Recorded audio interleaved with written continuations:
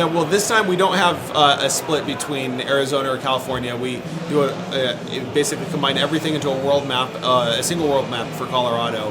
And we've taken an area the same size as what the world map would have been in Wasteland 2, and we've really tried to improve the visual fidelity, the audio fidelity, and just the density of gameplay.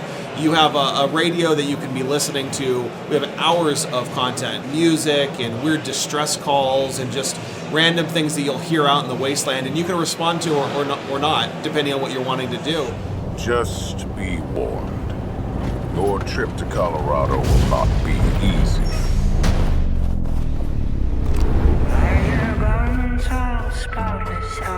Well, with Wasteland 3, one of the things we were wanting to do was show off our characters more. We've really pushed hard to make our character models look as good as possible and to write interesting personalities for our characters. So conversations pull in closer to the characters.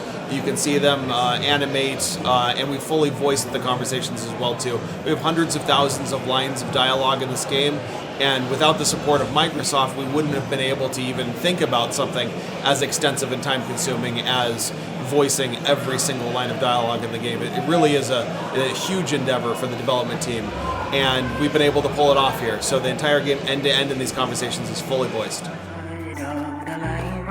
Gangs and cults watch the passes and prey on the unwary.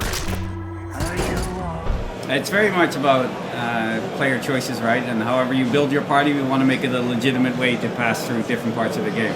So if you've built a bit more towards like lockpicking and sneaky stuff, you can do that. If you build more towards dialogue, you can do that. Is combat entirely avoidable? It is not. It is a tactical combat game, and the tactical combat is a part of it. But you can avoid a lot of fights throughout the game. You will have to fight to reach us.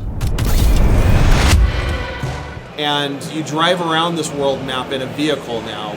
You kind of get this clunker scavenged at the start of the game, and then you build it up over the course of the game. So it's fully upgradable. You can change engines and components and weapons and even take it into combat with you. And so it's a big part of Wasteland 3, but it truly lets you drive around and explore the world map freely. We kind of open it up and we let you go wherever you want to go without much hand-holding or kind of putting you on training wheels and guiding you like other games might. We really believe in player freedom and letting you explore the world however you want to and then see it react to your choices.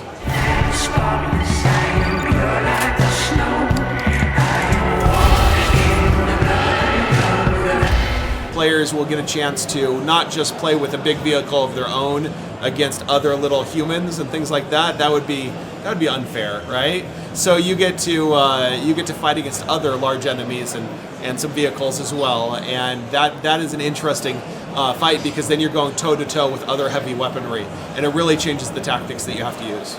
But reach us you must, Rangers.